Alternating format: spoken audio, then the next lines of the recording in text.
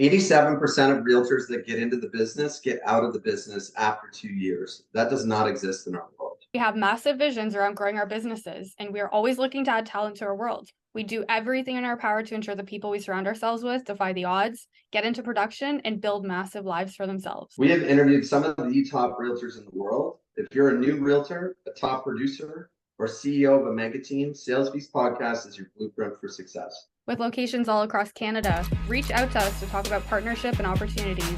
We are looking forward to it. Yes, I'm the boss. Hi guys, welcome to another episode of the Sales Beast Podcast. We are so excited today to be here with Peter Woolcott. I haven't known him for a long time, but I got to know him a couple months ago. And I'm here to tell you he's an amazing guy and super knowledgeable when it comes to all things real estate sales. So Peter is part of, well, I want to get the name correctly, Woolcott Realty Inc. with Remax Escarpment in Hamilton. If you ever drive through Hamilton, I would say he's one of the big three. When you look up at the billboards, we're known for having tons of billboards in our city.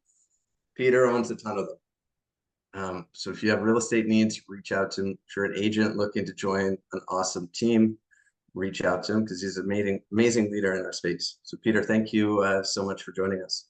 What a plug. And thanks for having me on. It's a real honor, pleasure to be here. And yeah, is there another city in Canada that has many freaking real estate billboards as like I don't think so. And Burlington?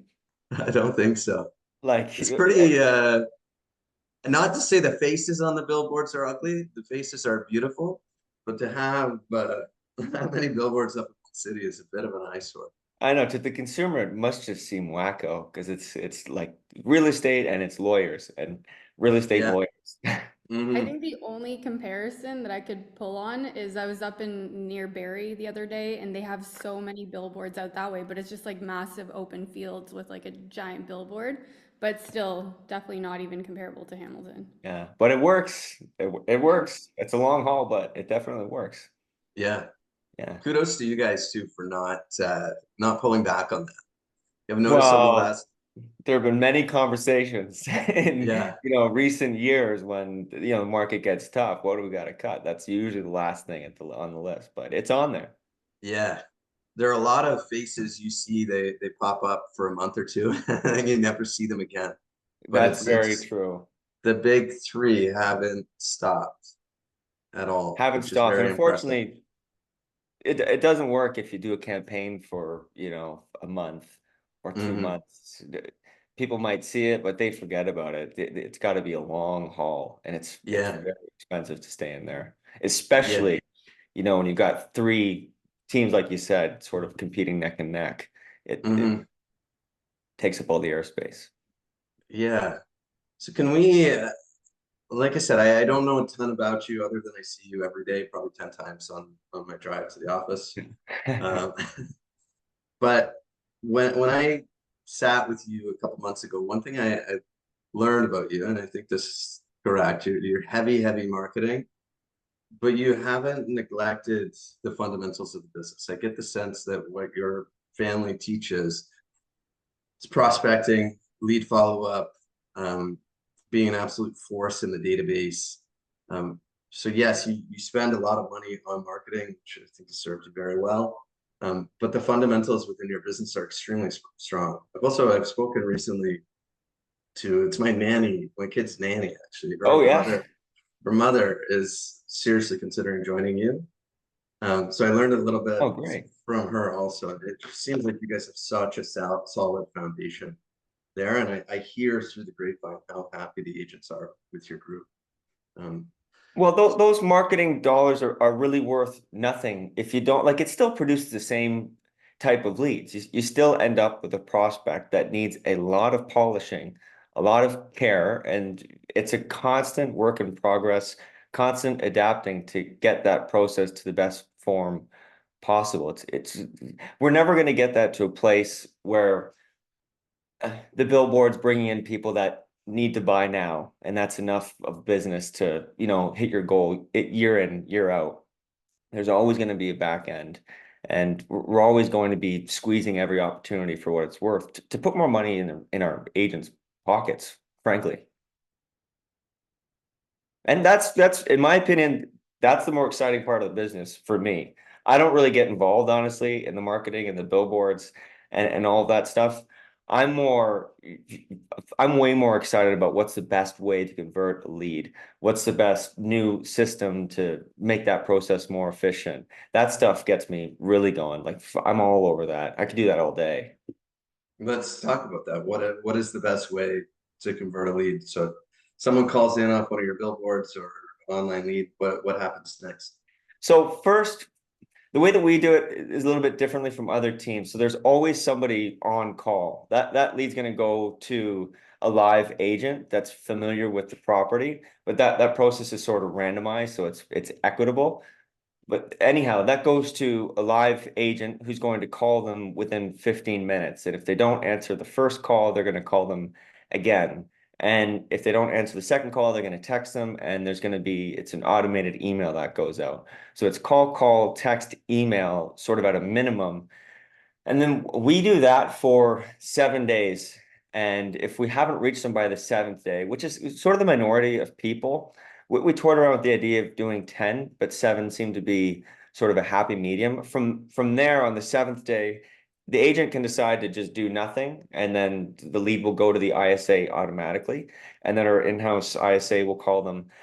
I believe she puts them on a weekly for a month, and then proceeds to call them monthly from there on out. Or the agent can decide to work with them, but they have to put them on a minimum weekly cadence. So they're getting a lot of calls, and that's a big sell to our seller clients.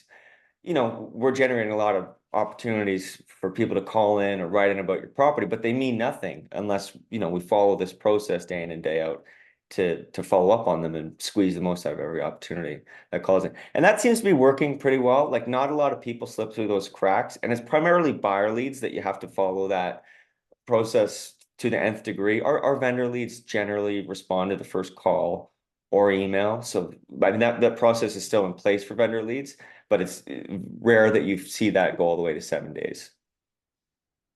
Yeah, I think what you said there is so important. We're always taught speed the lead, speed the lead, speed the lead. Everyone in our industry knows about that. But it's the frequency in which you follow up that I think is even more important. If you can be the person that calls the lead more than anybody else, the odds of you getting it are significantly higher. Well, and you're not the first agent that they've reached out to. Like you're out to lunch if you think that you're the first real estate agent that's giving them a call. And what we're finding, so many people these days have their phones on do not disturb. So the first call often is not enough to get through.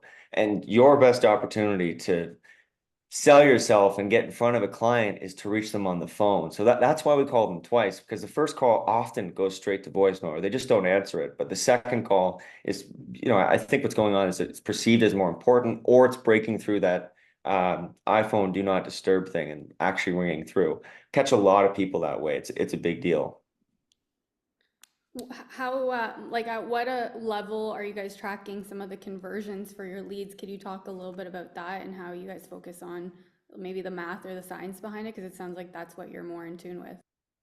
So the actual conversion on the leads is not my strong suit. We're generating leads primarily listings based. So we're getting our inquiries on properties through realtor.ca, call-ins, point to homes, referral exchange has been a big one. And then I put those in one category, and then the other category is non-property based leads. So like Facebook and Google pay-per-click. And that's really all we do in terms of non-listings based. And roughly we have those converting at around 1 to 2% on a good day. And then our other leads, it's a broad spectrum. So it would take a while to go through exact breakdown on each lead source, but those are between 7 to 10%. Like call-in leads at our team are usually around 12%. And then when you get to stuff like point to homes, realtor.ca, depends if there's an email. If it's just an email and no phone number, your conversion's like less than 1%. Those are really tough, as you would know. But if there's a phone number, they're generally pretty good. Oftentimes we're even booking a showing. And then you're, in that 7 to 10% range, that sort of general conversion range. But you can get very granular with it. But we treat them all the same. which I don't know if that's the right process or not, but it seems to be working. Because the ones that are listings based, they're not going to fall through the cracks if you have that system in place. So it doesn't matter, but there's no need to have a different process for different types of leads. That's been my thinking, but I'd love to hear a better way to do it. That's what I'm always looking for. No, I definitely agree. I think having a system for everything is super important, and you can treat all the leads equally. Yeah. Let's take a bit of a step back, because we definitely went right into the prospecting and the marketing side of the business. But what I want to understand a little bit more too is, what does your team structure look like for those listening? You're on the team, you're mainly focusing on agent support on recruiting, but Yeah. what does the overall team structure look like? So we have 34 agents on the team. 21 of those are buyer agents and 13 of those are listing agents. Listing agents have typically been here for a number of years, and buyer agents are typically newer to the team. Doesn't mean a lot of people hear those terms and they think, buyer agents are only buying houses, listing agents are only doing the list side. But we have a system where, if a buyer agent's been working with a lead for a long enough time, they'll do both the buy and the sell with that client, and vice versa on the listing side. But anything that anybody on the team generates for themselves, so open house leads, anybody they door knock, anybody in their network, they're going to work both the buy and the list on that side of the transaction. So what you have is, agents that are specialized on each part of the business. Listing agents have a very high conversion rate on our team. On average, it's about 82%. When I'm talking of the people that have called in, that booked an appointment, that sold, 82% on average sold with us. But we have like 3 agents are at 100% conversion with that metric. So that system seems to work very, very well for us, and it gives people on both sides of the business lots of opportunities and variety to work with listing clients and buying clients. And then we distribute the leads evenly. So there's no like tiered lead distribution. We distribute them all through these duty shifts, which gives everybody a very nicely rounded skill set, in the sense that you're just as likely to get a lead for a farm, or a lead for a condo, or a lead for, a fixer-upper in Hamilton. There's no, condo expert on our team or farm expert on our team. I mean, we do have kind of a commercial guy, but everybody, the idea is, has a good understanding of all different areas of the market, and you're not pigeonholed into one type of selling. And once you're on the team, you're on the team. So there's no puppet master saying, thanks for buying me a coffee this morning. Here's this juicy listing on Lakeshore for you. Everybody has equal access to leads coming in. So, that structure we find promotes self-growth. At the end of the year, if you haven't got where you wanted to get to, it's really hard to say, I didn't get to where I wanted to go because I didn't get enough leads. I didn't get as many leads as the next guy. You kind of got to look in the mirror and say, shit, I got as many leads as everybody else here. What can I do next year? What can I improve? What can I change? How can I get better in order to, be the top agent on the team, or wherever you want to take it? And so that's the split. So more buyer side agents that are, starting with you there, and then a little bit more higher converting listing agents. What does the support look like from the organization for the agents that you guys are working with? So when anybody starts with us, we have a pretty intensive 2-week onboarding. Like it's short, but it's got a lot of stuff attached to it. And that's primarily with me working heavily on scripts, how to handle the different lead sources, integrating you with our CRM, working with administrators, just getting you fully involved into our ecosystem. Once that's over, you're taking leads just like anybody else on the team. You're thrown right into it. But that doesn't mean you're totally left alone. What we're selling to agents that are joining us, very much an in-office style of work. Like, it's a beautiful sunny Wednesday. A lot of real estate offices I bet are empty right now. There's probably 20 or 25 agents in the office right now. So that means if you were newer to the team, or you just inked your license, you have 25 agents that you can walk into anybody's office and, how can I prepare for this showing? How do I deal with this counter offer? How do I handle this lead that just came in?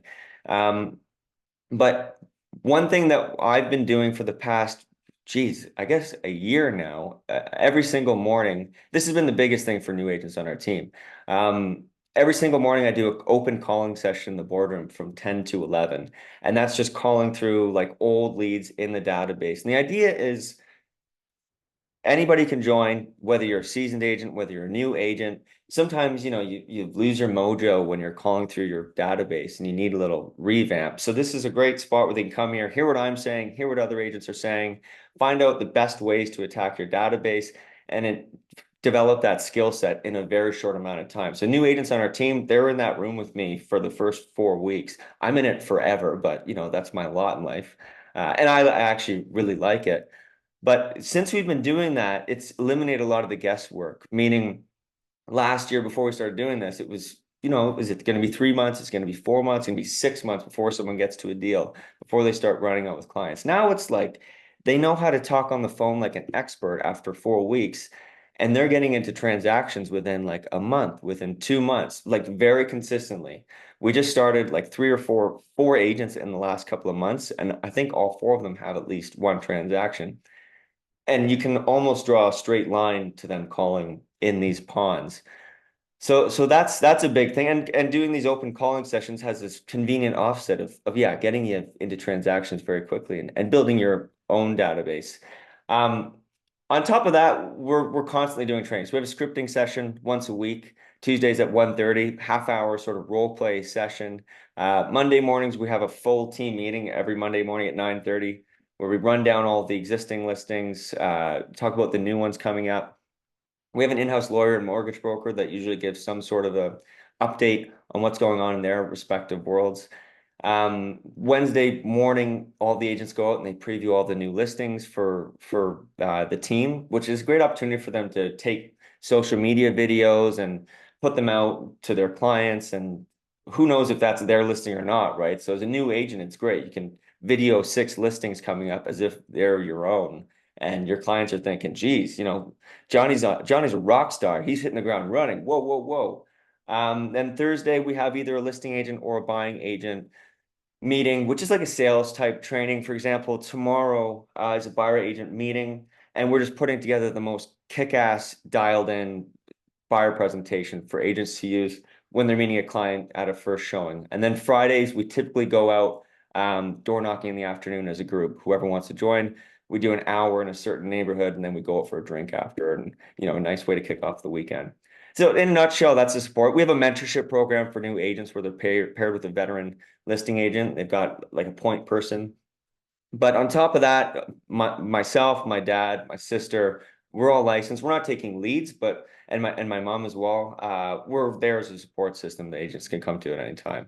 So we don't ever want anybody feeling outgunned when they finally go through all this hard work to get a lead. It's just, it makes no sense to leave room for them to lose that opportunity at the 11th mile.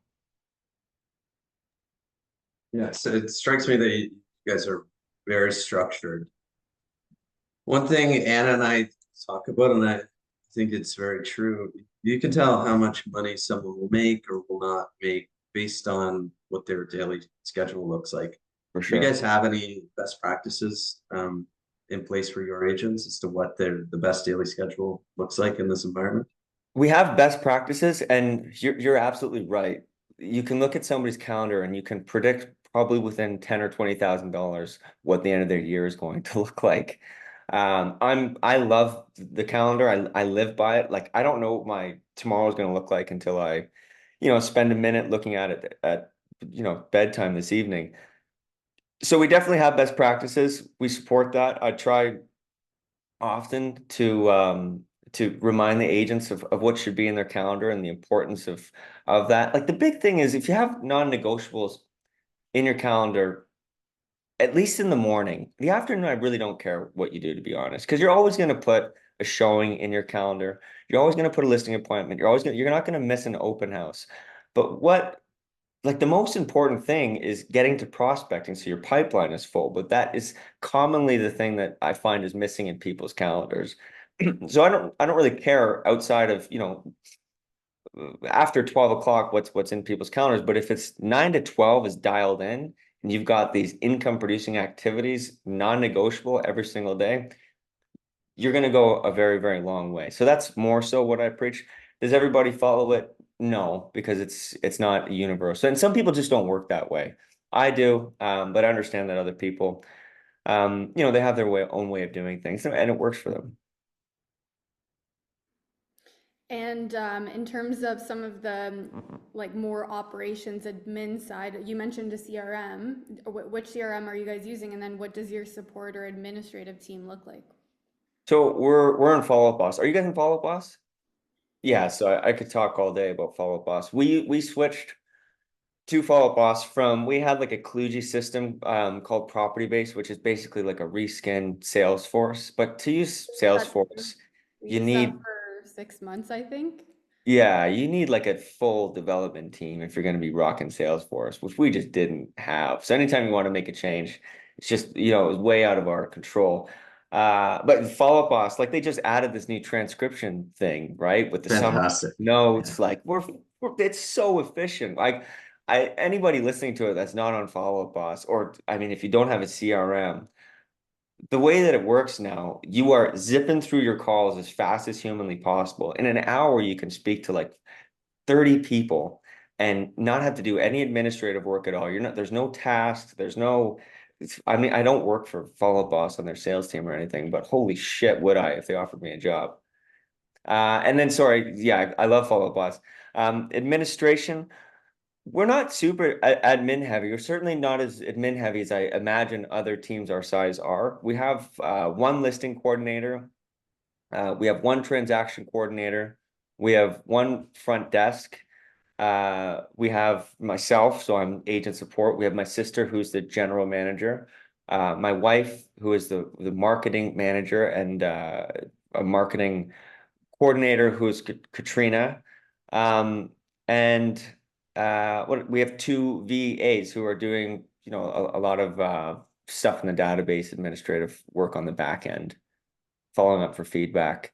There's lots of agent support. You also had mentioned ISAs. Can you talk to us a little bit about that and what that looks like? Good question. ISAs. I don't know where we stand on ISAs. We at our biggest with ISAs, we had, I want to say, a 4-person department here. And it was going okay, but we've recently got that down to one really, really good ISA. But it's not really profitable. It's break even. It generates more business for the agents, so that's always going to be worth it. But to be honest with you, it's not something that I'm looking to build out, and I don't really see much success on other teams with ISA departments in a market like this. I have definitely in the past. I don't know. Tell me if you disagree with me there, Mike, but I'm not crazy on the whole ISA thing right now. Plus, to be honest, we just don't have the resources to deploy to get it to where you want to go. And that needs a lot of work, like a lot of coddling. It's not, like you do a week-long training session and set it, forget it. It is constant. It's no different, if not more intensive than hiring agents. Yeah, I would Yeah. say it's the same. We go in thinking building an ISA will be easier than building an agent, but it's the exact same amount of work. I think the difference is if you build a successful agent, they're highly incentivized financially, where an ISA is maybe not as financially incentivized. It's tough to build that department for sure. We've tried and failed many times. Yeah, exactly. We've tried and failed many times. Well, and it takes a real specific person. But I will say, great agents come out of that ISA department. Like our second top agent last year was an ISA with us for years. And when she got her license, it was incredible. Like she did the biggest deal in the history of the team in like her first 6 months. It was like a $6 million deal. It was wild. And beat 30 other agents on a team in her first year trading. Mhm. Because, well, what is real estate all about? Well, it's building relationships with people. It's not rocket science, right? And she developed that skill for years and was finally able to unleash it when she got her license. Yeah, I would say Anna was an ISA when she started with us. Hmm. And that was probably the best version of our program that I saw. And it was, correct me if I'm wrong, Anna, but it was a stepping stone to become an agent. So if an agent was going to join us, they would hang out in ISA for 3 to 6 months, and then when they were licensed, they'd step in. But then you to an look at agent. that, it's just a very expensive recruiting tool. I don't know. Did we? I don't think we. I Different don't think we variations. paid We very had much. variations that were commission based. We had variations that were salary plus commission, and then some that were just salary. So again, tried and failed, but I think the best model that we had, which was just before COVID started, was salary plus a bit of commission. And like yourself, a lot of our top ISAs ended up becoming our top agents, whether on the team or eventually went out on their own. But yeah, we had probably similar size. We had, I think, 8 ISAs at the peak, with some Oh yeah. virtual Yeah. overseas and some in Canada. So it was a cool program to run because it's a mini team model within the team, and it can be very profitable. But I agree with you, in this market, it's a lot more challenging to get the margin. Yeah. Yeah. When I say expensive, I mean in terms of like it's just as much training with an ISA as it is for an agent. So it's like, 3 to 6 months of work head to head, working together. And then they go to an agent and you got to do the whole thing again. So, I mean, where I've kind of gotten to that is why not just try them as an agent, basically do the same ISA training in these hour-long boardroom sessions every day. And then you kind of get the best of both worlds. For sure. I have a question for you. Obviously, the team generates a lot of leads for the agent. Do you guys have any expectations around what percentage of your overall business you would like to see as team generated versus agent self-generated? We don't have any expectation, and honestly, if we could get it to 100% Wolcott generated, I would love that, because that's really what we're selling. Where it sits right now is between 60 to 80% Wolcott generated to agent generated. Some agents are generating like 80% of their own business here. They're really just here for all the services and resources. But most agents are closer to the 80% mark, Wolcott generated stuff. But anybody has to be calling in order to be taking leads. So there's no free ride here. And it's very simple. Really, you have to have 15 conversations in Follow Boss a week in order to have leads in a given week, in order to take those shifts for leads in a given week. And as you guys know, a conversation is a 2-minute long phone call, which seems easy, but and sounds easy to people when they start with us, but then realize, it's not easy to keep people on the phone for 2 minutes, Not especially when you've never done it. It's a tremendous skill set, but it's the most worthy pursuit in real estate, in my opinion, to be able to develop that skill set to keep people on the phone. so important. So if you look at any appointment booked, it's never booked in under 2 minutes. Never booked in like Uh, 47 seconds. yeah. So And it's essentially holding agents accountable to engaging in a call length that will yield an appointment. yeah, exactly. And when we switched from property based to Salesforce, or sorry, not Salesforce, from property based to Follow Up Boss, we thought the whole team were assassins on the phone. We thought we were all the best on the phone. And then we started looking at all these call durations, all that data, and we're like, oh shit, like we're not even getting them to a minute. So we started with, okay, let's try to get to like 1 minute. I was guilty of this as well. I thought I was good at the phone. This is the best way if you want to learn how to get on the phone and build that skill set. Just focus on the duration. So we just, for a few months, let's just get, X amount of people per week over a minute on the phone. And then a few months later, we said, okay, this is the big time. We're going to 2 minutes.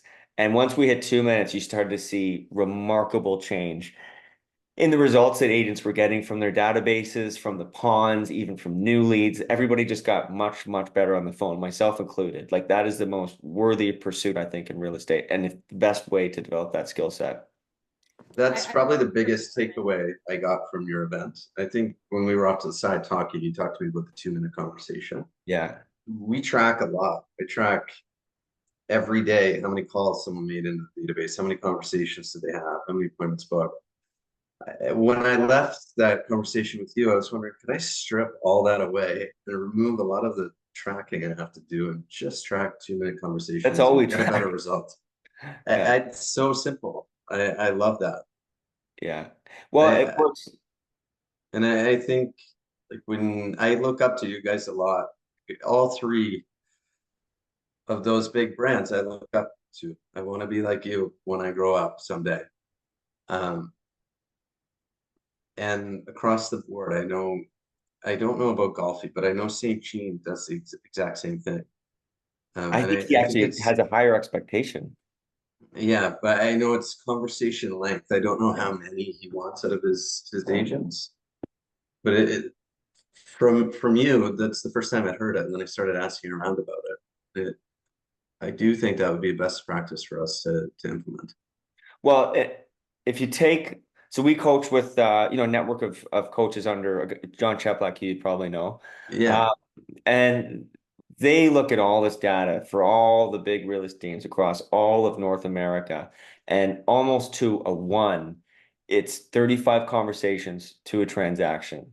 So yeah, if you want to break it down in its simplest form and you want to do a deal a week, do 35 conversations a week. And if you have a decent supply or resource of leads, you should be able to get to 35 conversations by doing about 2 hours of real estate prospecting a day. If you do that between, 8 and 10, sort of a thing.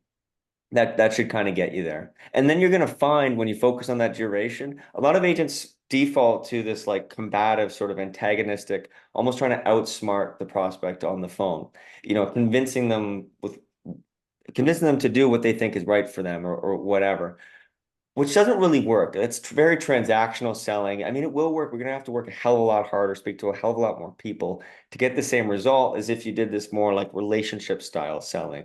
When you're focusing on the duration, now you're taking the person from like the other side of the desk and you're moving them over to your side of the desk, because it's you and the client versus the world, figuring out solutions to problems together. And you're just doing that by asking them questions. Oh, okay, you're looking at water. Hey, look, what's exciting about water for you? Oh, okay, no kidding. You have family there, and how long's your family there? And okay, great. And okay, you held off because of the market. I completely understand that. What is it about the market that has you thinking about holding off, right? And you're working it out with them. It's not this like, are you 100% committed to your agent? Or are you open to hearing what services we're able to offer, right? Which is like it's a very witty, quick response, but it don't work because it's like I'm trying to outsmart you. I'm trying to be one step ahead of you, right? It's not cooperative, I guess is what I'm trying to say. That 2 minute duration, just focusing on that, you will naturally start to get into a more like relationship style of selling, I find. yeah. It reminds me, I read a book a long time ago by this guy, Tony Shea, I think his name is. He passed away, unfortunately, but he owned a company called Zappos, it was a shoe company. Okay. And they're known for their company culture and their high level of customer service. So when I was a kid, I worked in a call center before, and they would hold me accountable to keeping the conversations under a minute or something. And Oh, like really? they would time you if you went to the washroom. Yeah, it was intense. And he had his business ran off a call center. He flipped it on his head and said, guys, speak for as long as the customer wants to communicate with you. Yeah. Anything they want within reason, you do for them. So, Yeah. and he would advertise that to his customers. There was a story in the book. A customer called in. They were new to Vegas, I think it was. That's where the company was based out of. And they called to see what the best pizza place was in town. And the Zappos rep ordered them a pizza, and client for life. Yeah. That, Yeah. if you want to check out it's pretty entertaining, that book. And it I love sounds it. similar to what you guys are doing. It's called Delivering Happiness. I love it. Well, and you'll find when you're doing exactly that, you're just kind of letting the client talk. All of a sudden there's no objections. Like there's just no real such thing as objections. It's just kind of questions. Like I don't even hear them anymore. Right. And not like I'm not trying to say I'm an expert on the phone, because I'm definitely not. I'm always learning stuff. Um, but when you start out, you're always afraid of what the client's going to say. And you try to, I don't know if you were like me, I had just had a list of objection handlers all the time. And when one came up, I'd hit him back with the objection handler. When you're just asking them questions, that sort of melts away. It's a much more Mhm. calm process. Yeah, and it's like I think it taps into the root of human nature. We as Yeah. humans, our favorite word in the world is our own name, and our favorite sound is our own voice. So Yeah. for me Yeah. to build rapport with you, I ask you a question, let me speak. You're feeling Yeah. warm and fuzzy inside. That's all we're doing. Exactly. I mean, the best showings or listing appointments or phone calls are the ones where you say like 5 words and your client Yeah. talks the entire time. They leave and they say, I don't know why, but I really like that guy, right?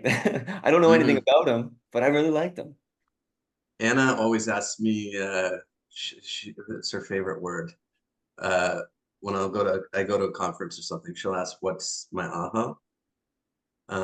Yeah. And I think so I know you have new agents going with season listing agents. I do the same thing here. Normally, when I'm on appointment, someone's with me, and their biggest aha when they come with me is how little I speak.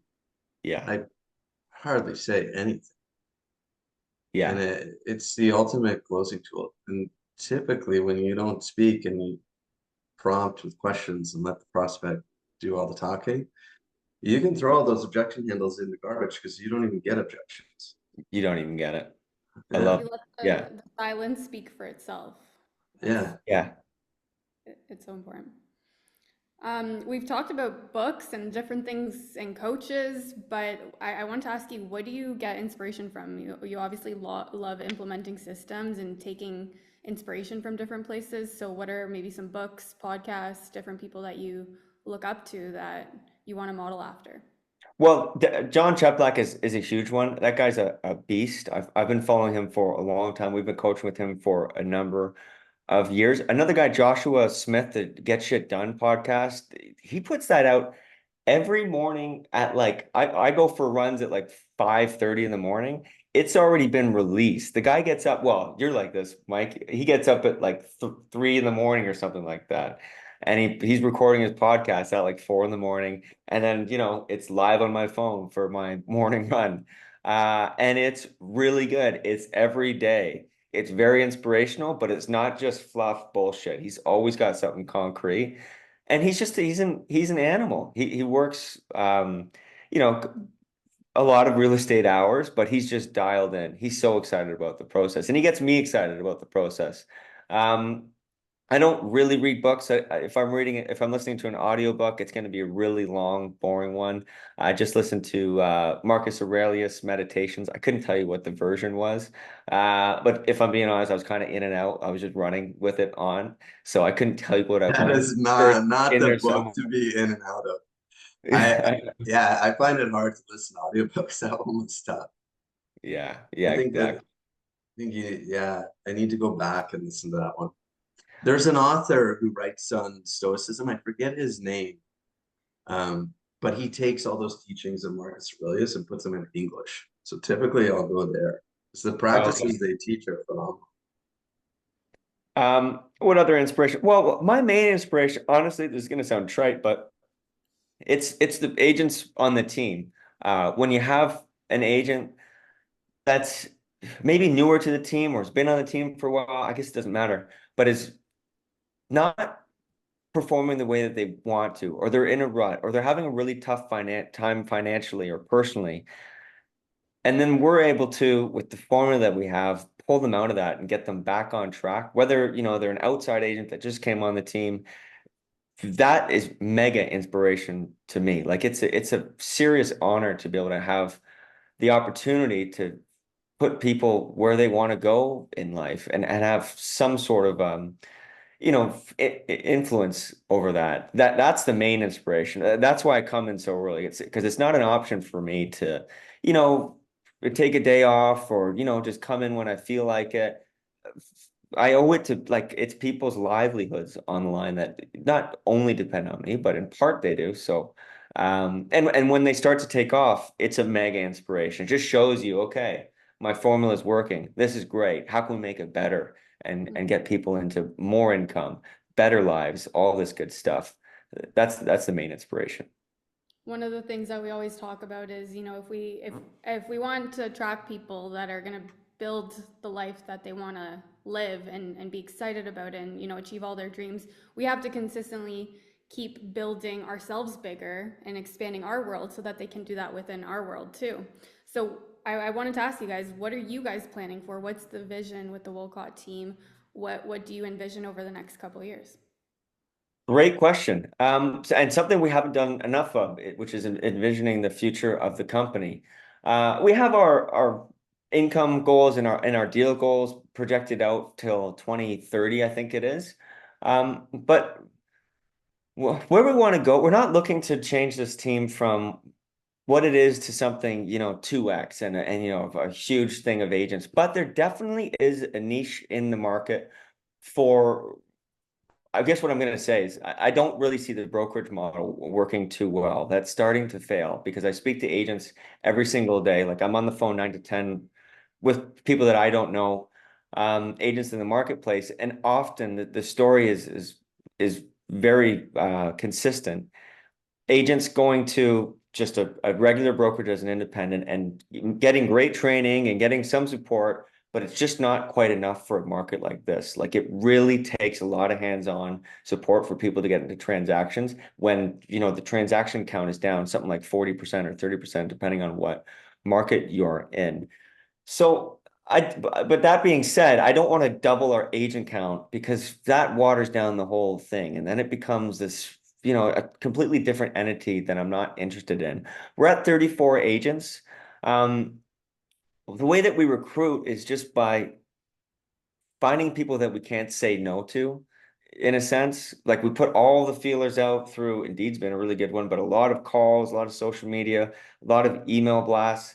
But that's not in the pursuit of, bringing on 50 people that we, keep 25 and then end up with 10 3 years down the road. That's not the model. The model is if we have 100, you hire one really, really good one because you can't say no to them. And that's sort of our MO. That being said, there definitely is a target, and that target is to get to 40 agents. The reason being, with sort of the advertising and marketing plans and dollars that we plan to deploy over the next few months for the next year, for the year of 2025, that's how many people we'll need in order to handle the transactions that I think are coming down the pipe. But that's a bit of a gamble, right? We don't know if transactions are going to go down. We're kind of banking here that things are going to really turn around, and we want to be in the best position as a team and for the agents to be able to capitalize on when and if things get a little bit better.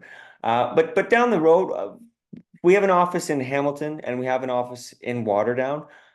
Truth be told, we really want to get that office in Hamilton more rocking and rolling and absolutely full. We only have a handful of agents working out of there. I'd like to get, a culture down there, and I haven't quite figured out that part of the business yet. And then the next would be to open up a physical location in Burlington, but that's more of like a 5-year plan. More so, it's tough to find a good piece of real estate that you can buy in Burlington for what we want. That's Well, thank exciting. I'm sure you yeah, guys will make it happen. It's exciting, but it's also scary as hell. And Yeah. it depends on a lot of things going right. yeah, for sure. I mean, this is also a market to lay the foundation again and then build back up. So it sounds like you Yeah. guys are doing some awesome stuff. Any pieces of advice that you want to share for people listening that maybe are just starting to think about opening up a real estate team or looking to scale their real estate team? If you're looking to open up or scale a real estate team, the best thing for us this year to find really good people has been through Indeed, oddly enough. It's been fantastic. We've gotten lots of great agents that way. But one thing that I've learned in the last year is you cannot sit in your ivory tower and not expect to have to do the activities that the other agents are doing. You can never expect agents to do something that you're not willing to do yourself. And if you want to find good people, you're going to have to get on the phone and make these tough phone calls to agents in the marketplace. Introduce yourself, build some rapport, coach them better than they're being coached right now so that they have a reason to want to work with you. But without any expectation, without any sort of call to action. And eventually they will start to realize that you have their best interests at heart, and they will start to want to join your team. The only way you're going to start a team is with the right people. Like the people move the money, they are everything. And when you have the right people, everything else kind of feels easy. The meetings go smooth, the training is accepted very well, the leads are followed up, the way that you think it should be done. The right people move the money for sure, and Indeed's been very good. But you have to be making the calls. Everybody has to know that you are in the trenches with them, willing to do the work.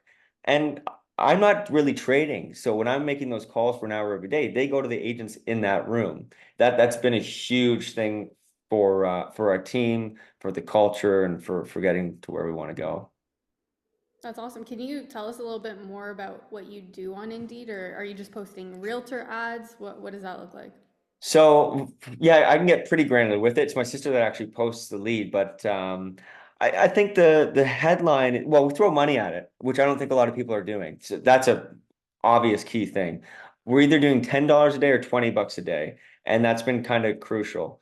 And then you have to have a catchy tagline and start by you- acting as a realtor and search for jobs as a realtor and see what other people are doing, and then find the best version of that and put it in your own words. Don't recreate the wheel, because those other teams that have those ads up, they have them up for reasons, because they work, and they probably got them from some other coach in some far off world where it was working there, and they did it here.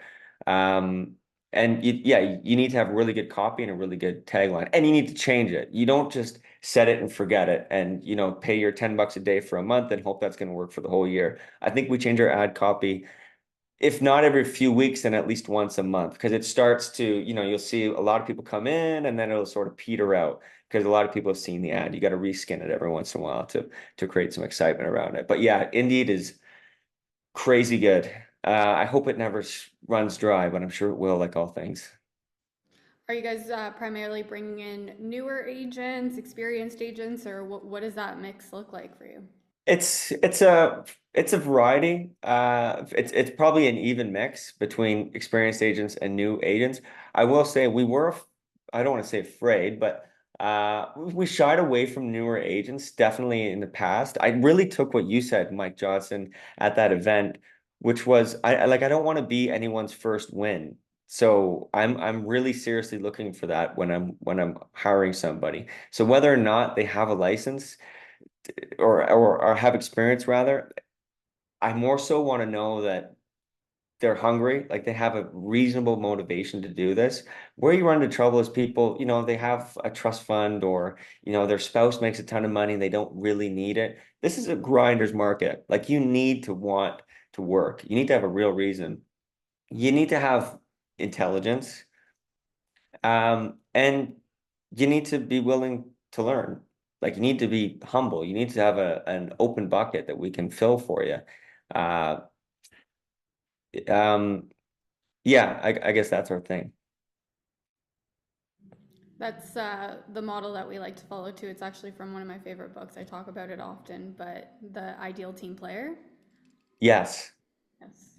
And we're not like I would take on all new agents because we have a really good system now in place to get them into transactions, where I don't really think we did about a year ago.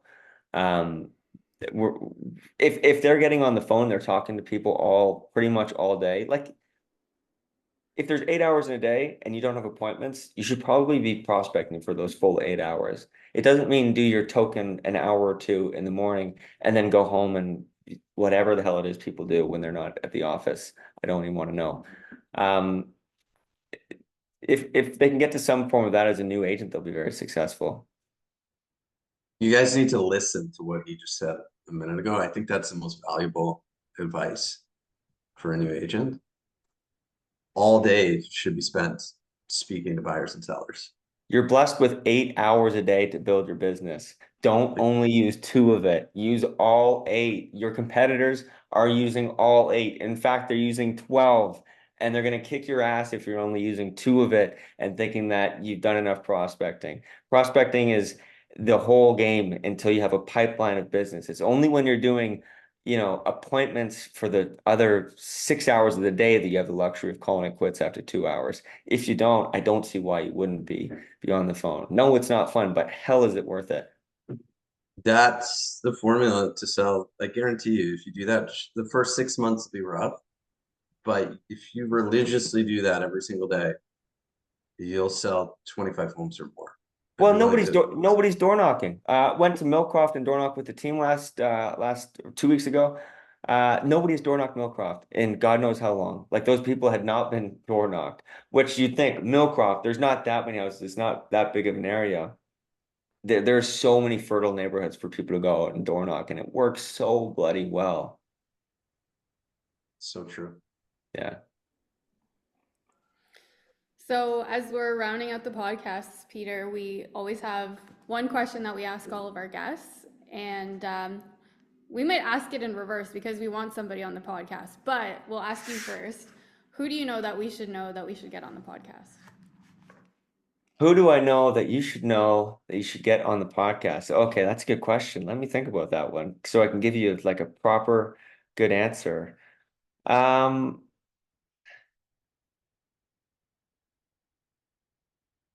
Well, Mark Ferris, if you haven't had him on already. Have you guys had him on? Not yet. We haven't, but that was a recommendation, I think, from Scott Benson. Yeah. Yeah, Mark Ferris is I saw him at an event in Toronto, and like that's a whole other level. And he's fascinating, and he's willing to share, and he's got great advice, and he's got a kick-ass business. I mean, a hell of a lot of respect for that guy. I like it's unfathomable what that guy's done. That's who I'm looking up to these days. Love it. Love Well, it. we also want some of your family members on the podcast, I think. Oh, too. that's what you're gonna say. Okay, Yeah, I'll do my that best. too. He's very shy. He's ignoring our emails right He hasn't emailed If you you- back. He if might you think can it's give meant him for a- me. now. He probably thinks it's spam, but if you Yeah. if you could give him a nudge. Well, I thought it was spam. I didn't answer it for a couple days, and I don't leave anything for longer than 24 hours. So sorry. Yeah, that's okay. Yeah. All good. Well, thanks so much for coming on the podcast, Peter. It's been great getting to know you and your team and how you guys operate. And thank you for being so willing to share. It's always great when one of our guests comes on and is an open book, because I think as an industry, we need to be collaborative and we need to share so that we can all grow together. Yeah, you can't have what you're not willing to part with. 100%. Thanks a lot, guys. This has been great. Really appreciate the opportunity to be on here. Yeah, thank you very much. Adios. Every day I'm hustling, every day I'm hustling, every day I'm hustling, every day I'm